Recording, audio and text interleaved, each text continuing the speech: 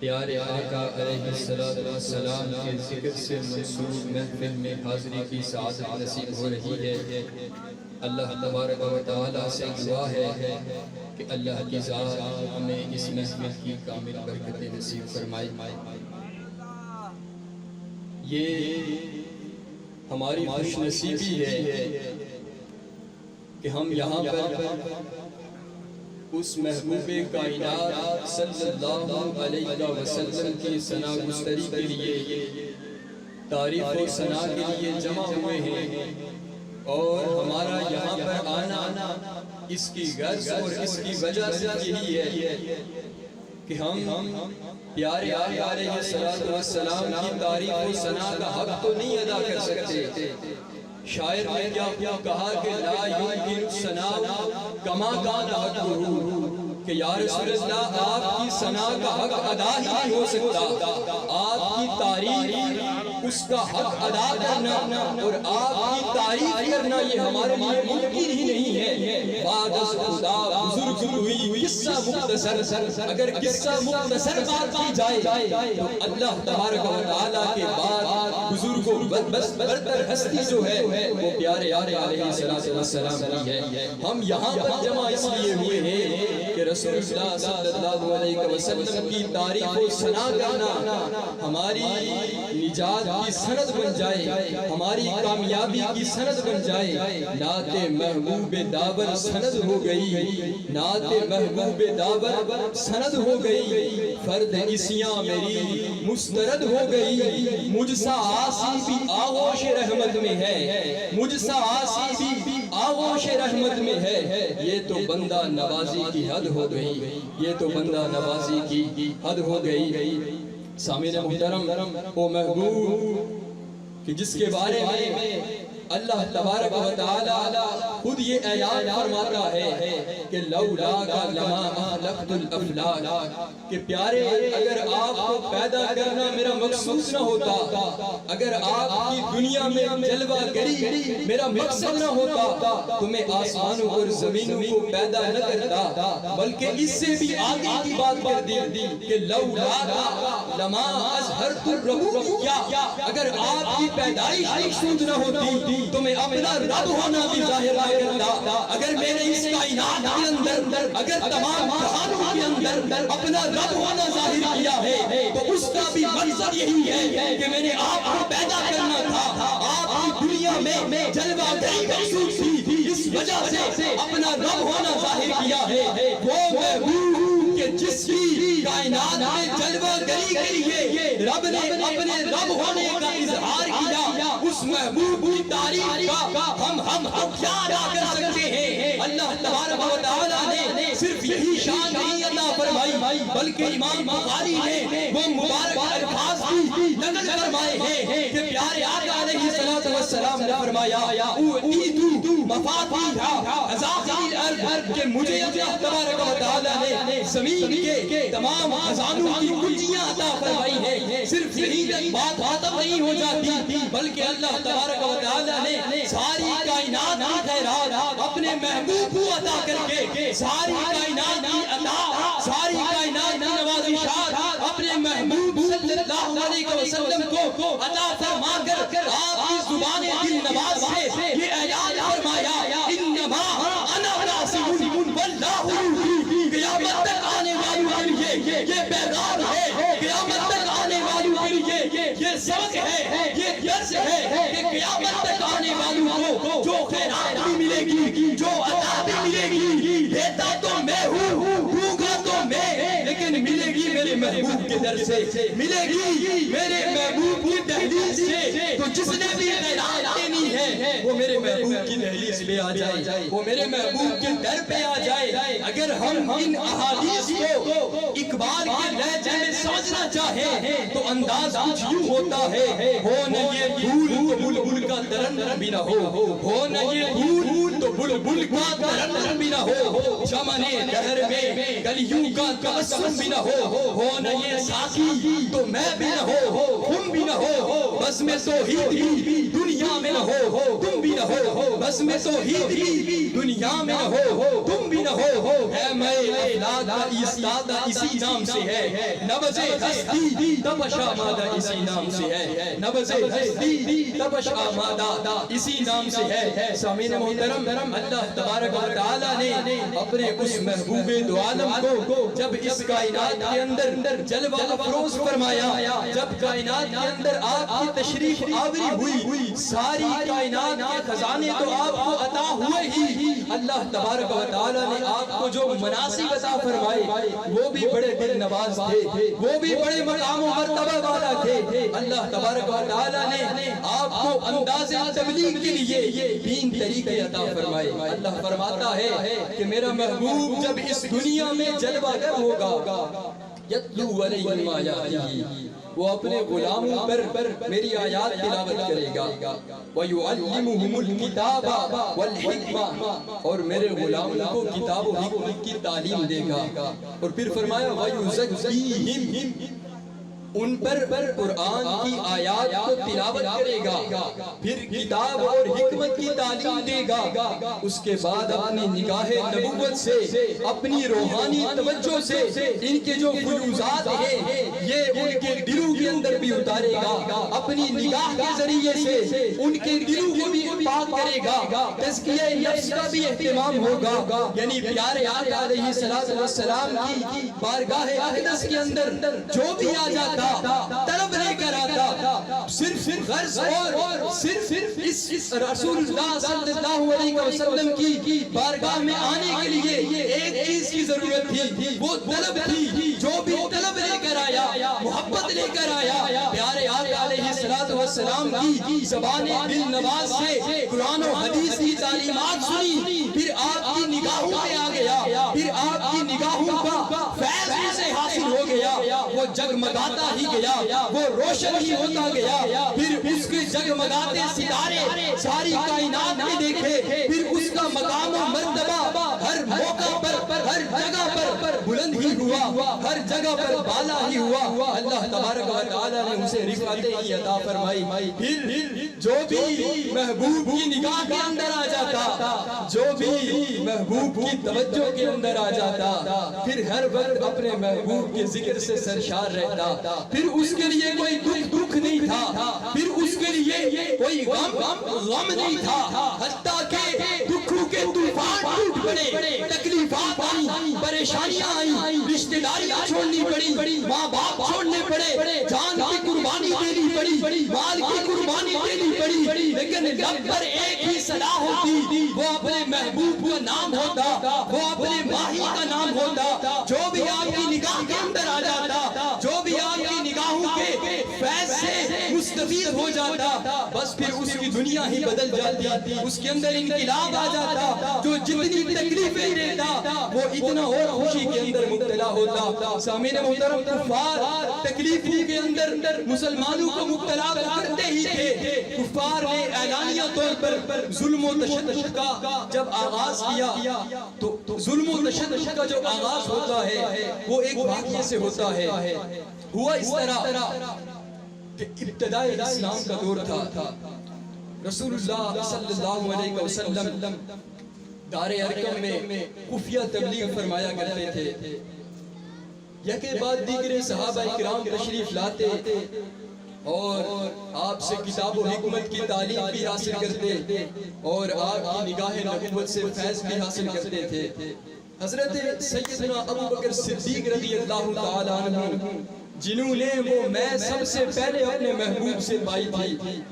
انہوں نے عرض کی یا رسول اللہ صلی اللہ علیہ وسلم حضور میں اعلانیہ طور پر اسلام کی دعوت دینا چاہتا ہوں پیارے آقا علیہ السلام نے منع فرمایا کہ ابھی ہماری تعداد کم ہے ابھی ابتدا ہے لیکن سیدنا ابو بکر صدیق رضی اللہ تعالی عنہ نے اصرار فرمایا حتیٰ کہ پیارے آقا علیہ السلام دار ارقم سے نکل کر حرم کعبہ میں تشریف لے آئے پیارے آقا علیہ السلام جب افروز ہوئے صحابہ اکرام بھی اپنے اپنے قبیلے کی جو نشستیں تھیں ان میں جا کے بیٹھ گئے پھر البدایہ والنہایہ کے اندر علامہ ابن کثیر لکھتے ہیں، اور اسی واقعہ کو سیرت حلبیہ کے اندر امام حلبی نے بھی نقل فرمایا ہے کہ وقام فی الناس خطیبا ابو بکر وکان اول خطیب دعا الی اللہ و الی رسولہ صلی اللہ علیہ وسلم، کہ پھر سیدنا ابو بکر صدیق رضی اللہ تعالیٰ عنہ آپ کھڑے ہوئے خطبہ دینے کے لیے، اور آپ پہلے خطیب تھے کہ جنہوں نے اعلانیہ طور پر لوگوں کو اللہ اور اس کے رسول صلی اللہ علیہ وسلم کی طرف بلایا۔ جب آپ خطبہ دے رہے تھے تو کفار کو پتہ چلا کہ آج ابو بکر صدیق اعلانیہ طور پر لوگوں کو اللہ اور اس کے رسول صلی اللہ علیہ وسلم کی طرف بلانے لگا ہے، نتیجتاً وہ آپ پر ٹوٹ پڑے، جس سے جو ہو سکا اس نے ظلم کیا، تشدد کیا، زد و کوب کا نشانہ بنایا۔ اتنے میں بدبخت عتبہ بن ربیعہ بھی آ گیا۔ عتبہ بن ربیعہ آیا، اس نے اپنے جوتے اتارے، اور جوتے اتار کر حضرت سیدنا صدیق اکبر رضی اللہ تعالیٰ عنہ کے چہرہ اقدس پر جوتوں سے مارنے لگا، اور اتنا مارا کہ کتابوں کے اندر آتا ہے کہ آپ کا منہ مبارک اتنا سوج گیا کہ آپ کی ناک مبارک نظر ہی نہیں آتی تھی، آپ کی ناک مبارک اس سوجن کے اندر چھپ گئی تھی۔ اتنے میں آپ کے خاندان کے لوگ بنو تمیم والے وہاں پہ پہنچ جاتے ہیں، وہ آپ کو وہاں سے اٹھاتے ہیں، اپنے گھر لے جاتے ہیں۔ آپ کی موت کے اندر کسی کو کوئی شک نہیں تھا، یعنی ایسی آپ کی حالت ہو چکی تھی، اور آپ نزا کے عالم میں تھے۔ سارے خاندان والے آپ کے ارد گرد کھڑے ہیں، اور اس کوشش کے اندر وہ مبتلا ہے کہ کہیں سیدنا ابو بکر صدیق رضی اللہ تعالیٰ عنہ کو ہوش آ جائے، کہیں یہ دوبارہ ان کی سانسیں بحال ہو جائیں اور یہ دوبارہ زندگی کی طرف آ جائیں۔ نزا کا عالم ہے۔ سیدنا صدیق اکبر رضی اللہ تعالیٰ عنہ پورا دن ہوش میں نہیں آتے۔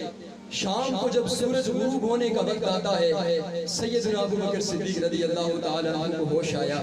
اب چاروں طرف خاندان کے لوگ کھڑے ہیں، اور وہ پورا دن اس وقت کے انتظار میں تھے کہ سیدنا ابو بکر صدیق رضی اللہ تعالیٰ عنہ کو ہوش آئے، ہم ان سے پوچھیں آپ کی طبیعت کیسی ہے، ہم ان کی بہتری کے لیے، ان کی صحت کی بہتری کے لیے کوئی انتظام کر سکیں، کوئی معاملہ کر سکیں۔ تو جیسے ہی ہوش آیا، سارے خاندان والے خوش ہوئے کہ اب ہوش آ گیا ہے۔ سیدنا صدیق اکبر رضی اللہ تعالیٰ عنہ کی زبان مبارک سے جو پہلے کلمات جاری ہوتے ہیں وہ یہ ہے کہ ما فعل رسول اللہ صلی اللہ علیہ وسلم۔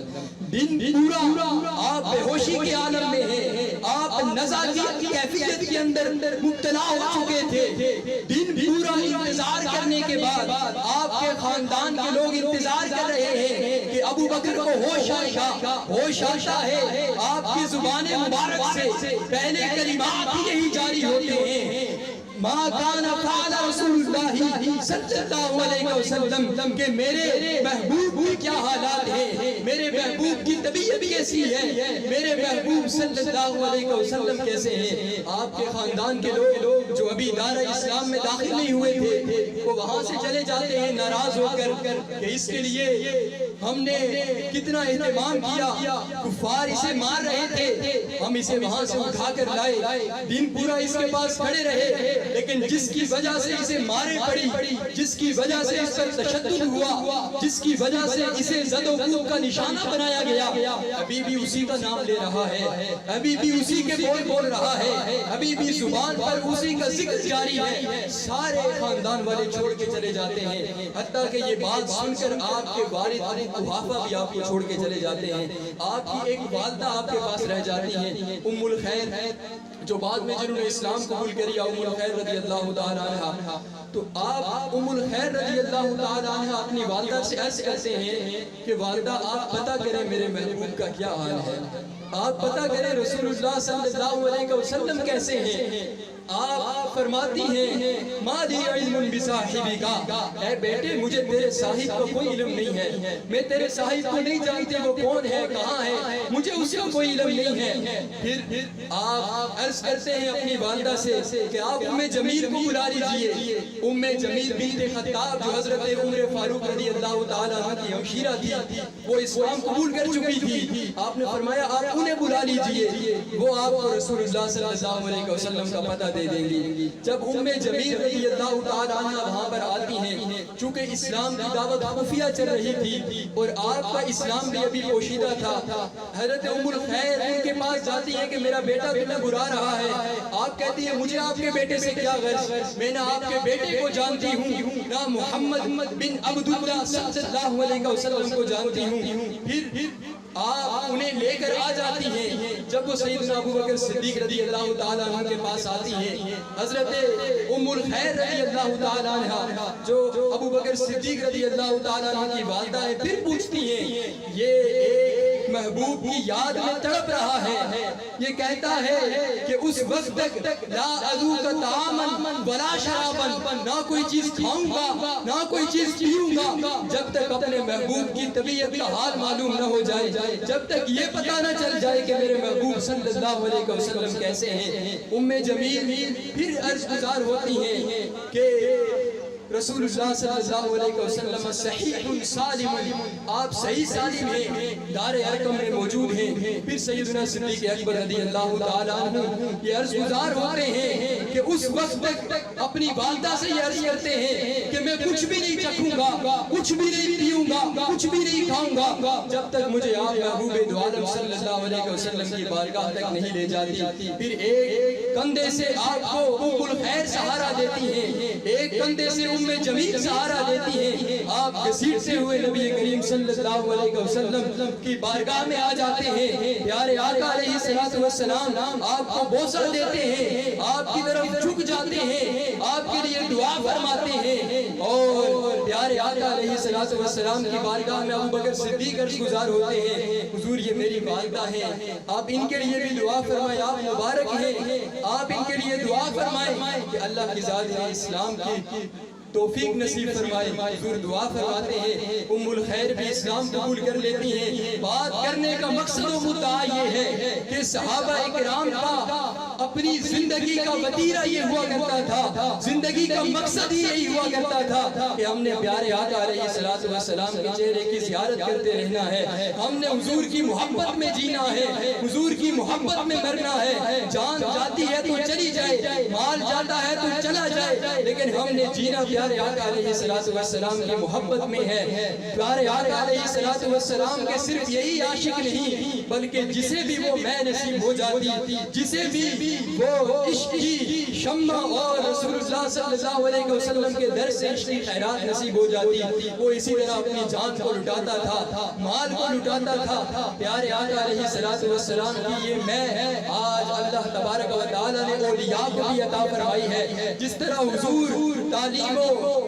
کتاب و حکمت فرماتے تھے، پھر دلوں کا تزکیہ فرماتے تھے، یقین جانیے آج بھی اللہ کے کامل ولی، آج بھی ہمارے مرشد اسی طرح اپنے مریدوں کی تربیت فرماتے ہیں، اسی طرح ہمیں کتاب و حکمت کی تعلیم بھی دیتے ہیں، ہمارے لیے تزکیہ نفس کا اہتمام بھی کرتے ہیں، ہمارے باطن کی پاکیزگی کا اہتمام بھی فرماتے ہیں، ہمارے اندر کو بھی صاف کرتے ہیں۔ سامعین محترم کوئی طلب سے آ کے تو دیکھے، کوئی محبت سے بیٹھ کے تو دیکھے، وہ اٹھتا ہے تو اس میں انقلاب آ چکا ہوتا ہے، اس میں تبدیلی آ چکی ہوتی ہے۔ اقبال نے دین کا فلسفہ اپنے ایک شعر کے اندر بیان کیا ہے۔ اقبال کہتا ہے دین سراپا سوختن اندن طلب انتہائش عشق آغازش طلب۔ اقبال کہتا ہے کہ دین طلب اندر تڑپنے کا نام ہے، جس کو طلب نصیب ہو گئی پھر اس طلب کی تڑپ نصیب ہو گئی، یہی دین ہے۔ اس دین کی اگر ابتدا پوچھو تو ادب سے ہوتی ہے، اس دین کی اگر انتہا پوچھو تو عشق پہ جا کے ہو جاتی ہے۔ تو آئیے